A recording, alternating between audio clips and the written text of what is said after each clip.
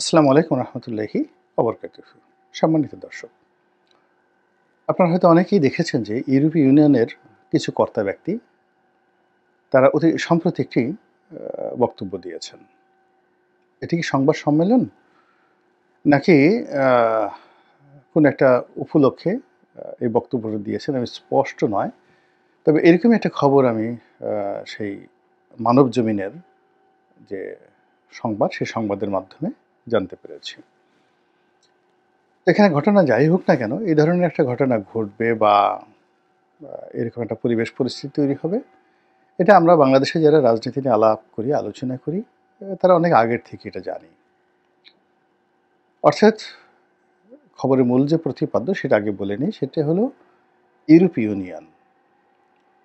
তারা চাচ্ছে ডক্টর মোহাম্মদ ইউনূস এই মুহূর্তে যে কাজগুলো করছেন, অর্থাৎ সংস্কার করছেন, রাষ্ট্র সংস্কার করছেন, এটি অব্যাহত থাকুক এবং এই কাজটির জন্য তারা তাকে পর্যাপ্ত সময় দিতে চান। অর্থাৎ তিনি দ্রুততার সঙ্গে তাড়াহুড়ো করে এভাবে ডিসেম্বরের মধ্যে করুন বা 2026 সনের জুনের মধ্যে করুন, এরকম টাইম ফ্রেম ইউ দিতে চাচ্ছে না।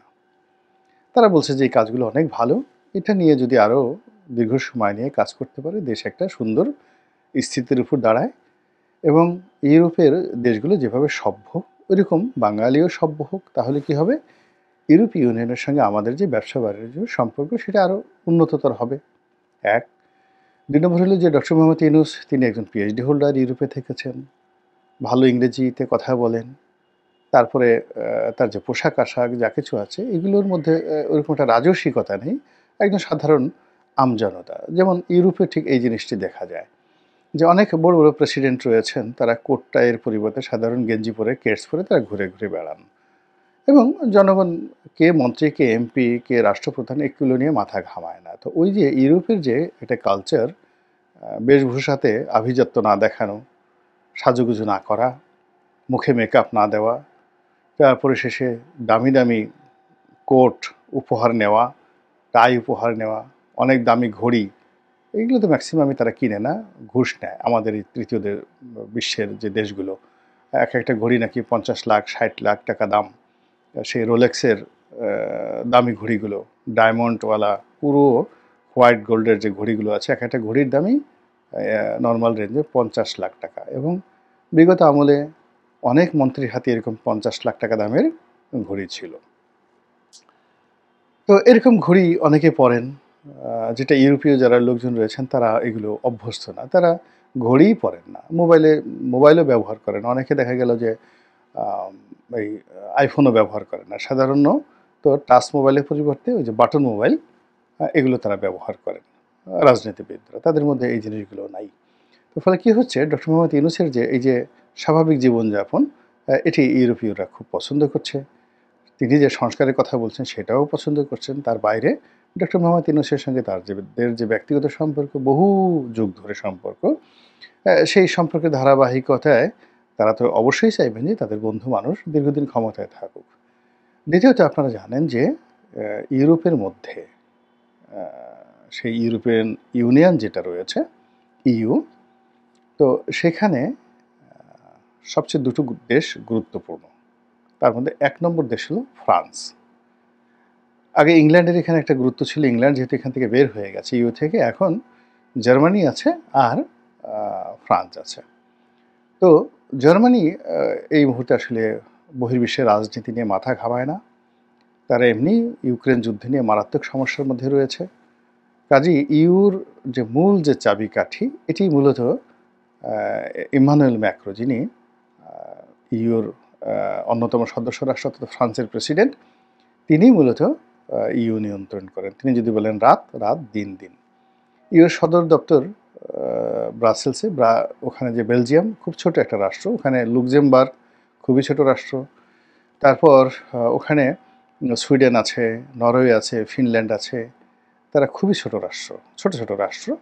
তো কাজেই সেই দিক থেকে পরাশক্তি হিসেবে এখানে ফ্রান্স যে গুরুত্বপূর্ণ ভূমিকা পালন করেন।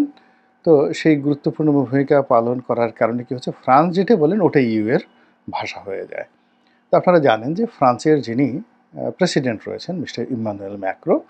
তো ইম্মানুয়েল ম্যাক্রোর সঙ্গে ডক্টর মোহাম্মদ ইউনূসের ব্যক্তিগত খুবই ভালো সম্পর্ক, বন্ধুত্বপূর্ণ সম্পর্ক রয়েছে।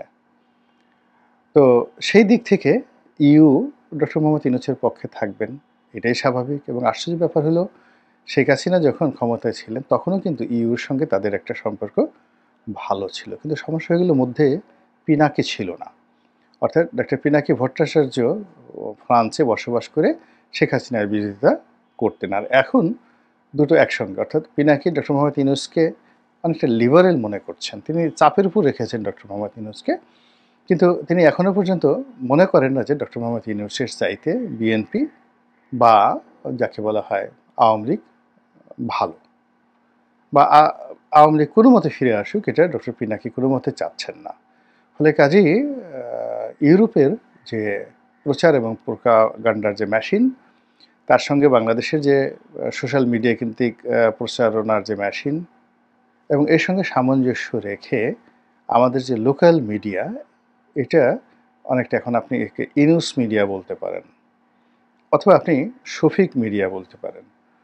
মিডিয়ার এত বোধোদয় বা এতটা রেনেসা কখনো কোনো জামানাতে আমি দেখিনি। এমনকি বঙ্গবন্ধু যখন বাকশাল করলেন, তখন বাকশাল করার পর যে 4টি পত্রিকা ছিল, এবং এই 4টি পত্রিকা বাকশালকে তেল দেওয়ার জন্য, বঙ্গবন্ধুকে তেল দেওয়ার জন্য তারা যে জাগরণ তাদের হয়েছিল, গণজাগরণ হয়েছিল, তার সাথে এখন আমাদের দেশের অনেক গণমাধ্যমের, বেশিরভাগ গণমাধ্যমের এমন একটা জাগরণ এসেছে, রেনেসা এসেছে।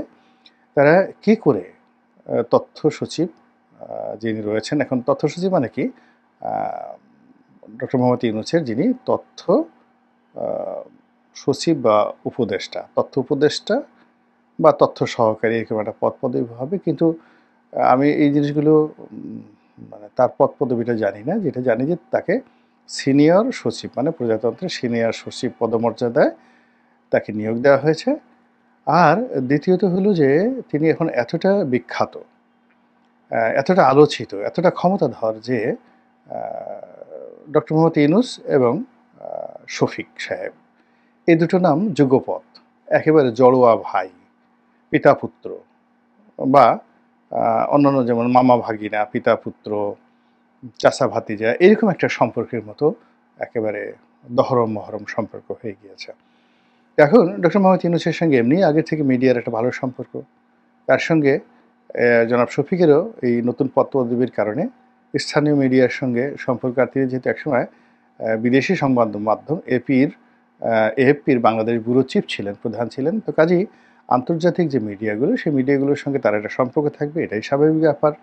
ফলে কি হচ্ছে, সিএনএন, আল জাজিরা, তারপর ফক্স নিউজ, এরপর আপনি the Telegraph, new York Times, Sunday Times, Washington post থেকে শুরু করে বিদেশে আরও নাম করা পত্রপত্রিকা, ফ্রান্সের লামন্ডে, এরকম অনেক, জাপানের পত্রপত্রিকা, সবার সঙ্গে ডক্টর মোহাম্মদ ইউনূসের যে সম্পর্ক, সেটার সঙ্গে ডক্টর মানে ইউনূসের যে এখন রাইট হ্যান্ড মিস্টার শফিক, তার সম্পর্কের কারণে মিডিয়াটা মূলত একেবারে পরিপূর্ণভাবে একটা নতুন জাগরণের তৈরি হয়েছে। যে কোনো মূল্যে ইউনূস সাহেবের সকল কর্মকে এনলাইটেন অ্যান্ড হাইলাইট করতে হবে।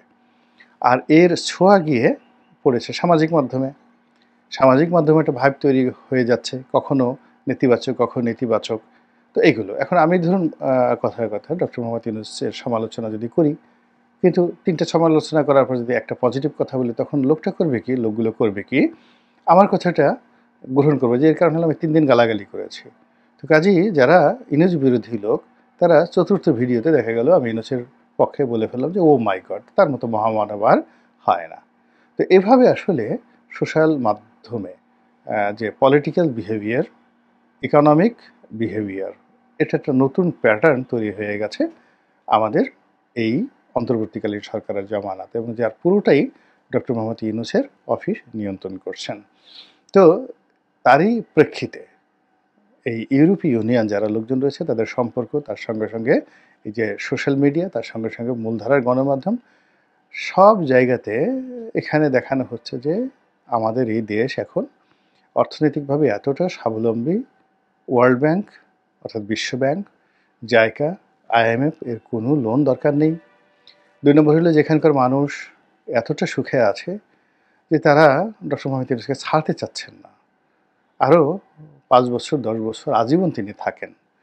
এবং তিনি শুধু নন, তার যারা উপদেষ্টা রয়েছেন তারাও যেখানে যাচ্ছেন মাঠে ঘাটে পথে আওয়াজ উঠছে যে ইউনূস স্যারকে আর ছাড়া যাবে না। নরমালি আমরা শেখ হাসিনাকে হাসিনা বলতাম, বেগম খালেদা জিয়াকে খালেদা বলতাম, তারেক রহমান সাহেবকে তারেক বলি, জিয়াকে জিয়া বলি, বঙ্গবন্ধুকে ওই জামানাতে শেখ সাহেব বলতেন, এখন কেউ মুজিব বলেন, শেখ মুজিব বলেন, ইত্যাদি ইত্যাদি।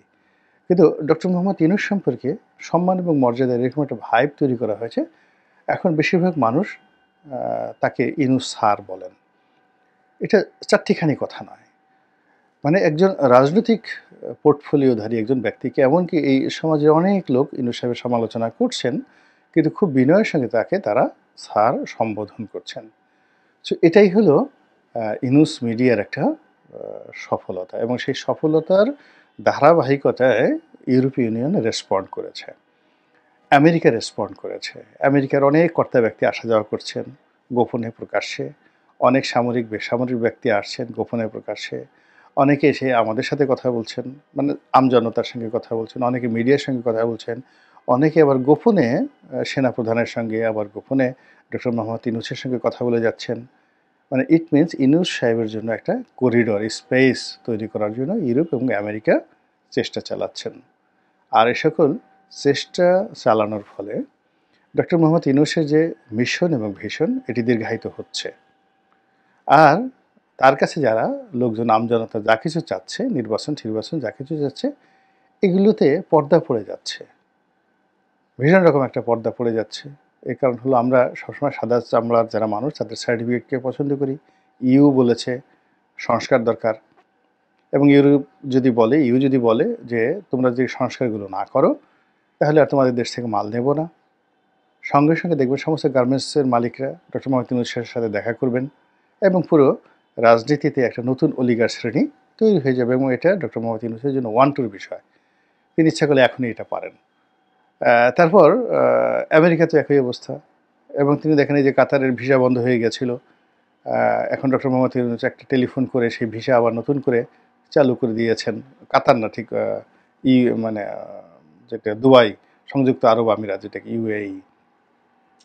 এটি নিয়ে মিডিয়া খুব খুশি যে এরকম ঘটনা কখনো ঘটেছে, কাতারে এইভাবে যদি ভিসা বন্ধ করে দেওয়া হয়, দুবাইতে ভিসা বন্ধ করে দেওয়া হয়, এখন মক্কাতে যদি ওমরার ভিসা বন্ধ করে দেওয়া হয়, এই জিনিসগুলো ইউনূস সাহেবের মতো মানুষই হ্যান্ডেল করতে পারেন। কাজেই এই যে মহামানব, যাকে আল্লাহ রাব্বুল আলামিন স্পেশালি ডিজাইন করেছেন, স্পেশালি তৈরি করেছেন, যোগ্যতম করেছেন, তারপর শেষে আমাদের উপরে তিনি নাজিল করেছেন। কাজে এই নিয়ামত, এই রহমত, এই বরকত, এই রত্ন, এই মণিমাণিক্য, এগুলো হারানো যাবে না।